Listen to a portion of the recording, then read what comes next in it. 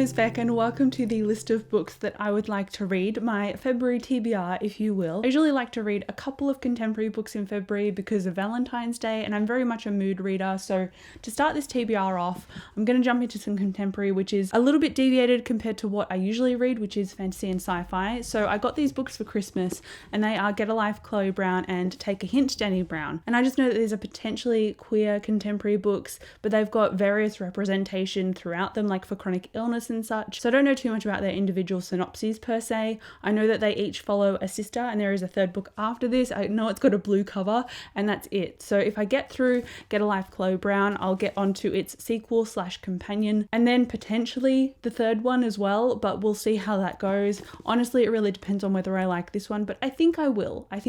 And then another kind of contemporary but with a kind of fantasy twist to it. I'll explain what I mean in a second, but the book is Cemetery Boys and this is a young adult book, but it's also queer, and it says that Yadriel has summoned a ghost and now he can't get rid of him.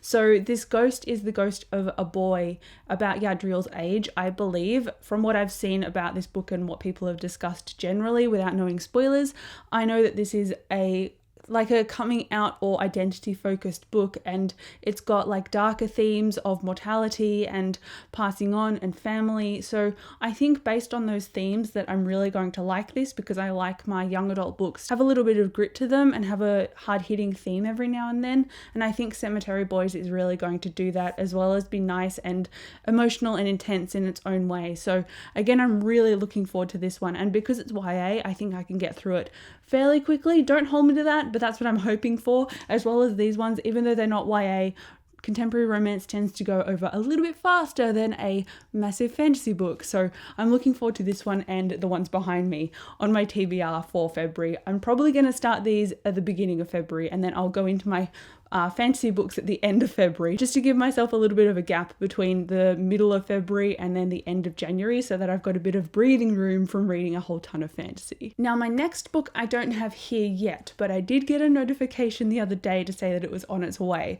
So I'm filming this mid to late January, so by the time February rolls around I'm hoping that this comes in the mail. But it's The Humans by Matt Haig, and Matt Haig tends to write about mental illness in a very relatable and very blunt way that just captures the truth of it, as well as telling an engaging story. And I've seen The Midnight Library by him floating around quite a lot at the end of 2021, but this is another book by him that he released I think before The Midnight Library, and it's the one that I am most familiar with the general consensus of. And I know that it follows a character who is an alien and he disguises himself as either a dog or a human, and he tries to blend in with people and understand why they do what they do. Beyond that, I don't know too much of a synopsis, but that's enough to hook me, to be honest. And like the other contemporaries on this list, I think this is really going to appeal to me, given that it's got a little bit of a sci-fi twist in the way that Cemetery Boys has a little bit of an urban fantasy twist. I think because of those added flavors to contemporary, I'm going to enjoy it quite a lot, but I will report back. And now we'll go straight into sci-fi and fantasy. So I have 3 things to talk about. The first one is Red Rising by Pierce Brown. This is the first book in the Red Rising saga. There is a trilogy and then it extends to 2 other books with a sequel coming out like further in the future. It doesn't have a release date yet as far as I'm aware, but Red Rising is what I want to reread. I've read all of these books before and I really want to revisit them because they're such a hard-hitting, action-packed sci-fi. And if you haven't read them before, or you've just seen the hype about Red Rising, it follows Darrow, and he's a red and he's oppressed by this whole regime, and the golds are the ones that rule everything. Everyone else just works for them, and so the reds are essentially slaves, and it's revealed to Darrow quite early on that this is the case, and he wants to rebel and fight against that. So ultimately that's what the story follows, and there's a whole multitude of politics behind that. There's a whole lot of characters that you can get invested in, and I love the way that their dynamics works, but I like also that it's really cutthroat. So it's kind of like the Hunger Games, at least in the first book, in that arena kind of scenario, pitting character against character and them having to survive and rely on alliances and different characters. So it's really cool to see all of that tension in a work, and I really like the villains in the story, and I really like Darrow as well. He's a very dramatic character, but it really works for me in Red Rising, so I'm looking forward to re-experiencing that on audiobook because the audiobooks are brilliant. So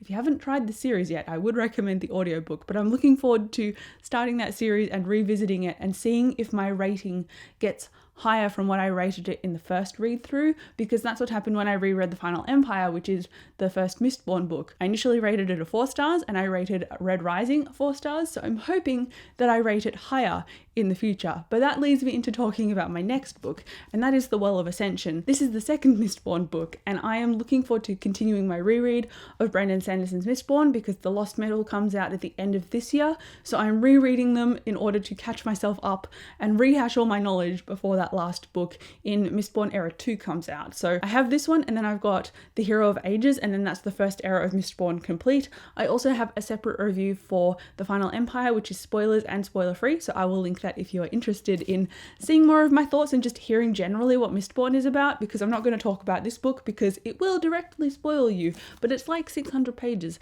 So I'm going to tackle this after I've tackled some romance contemporary and kind of decluttered my brain, and then I can dive back into this. It's not too difficult given that I already know all the world building and everything, but there's a lot of stuff that I didn't remember about the first book, so I'm anticipating that I probably won't remember a lot about the second book as well. They kind of all blurred together, and I listened to them on audiobook the first time around, so here's hoping that I get nicely surprised by this as well. And then the last book on this to be read list is The Knight's Shadow, which is the second book in the Greatcoat series. Now this is by Sebastian de Castell, and I'm listening to it or planning to listen to it on audiobook depending on how my reread of Red Rising goes, because I'm not getting through audiobooks as quickly as I'd like, but I am getting through them faster than I did last year, so that's a small win. So The Knight's Shadow is the second Greatcoats book, and that has a very familiar banter about it with all of the characters having like a Three Musketeers kind of vibe, and I really like that energy and that tone about it. I like Falkio as the main character, and I have a separate review for the first book, so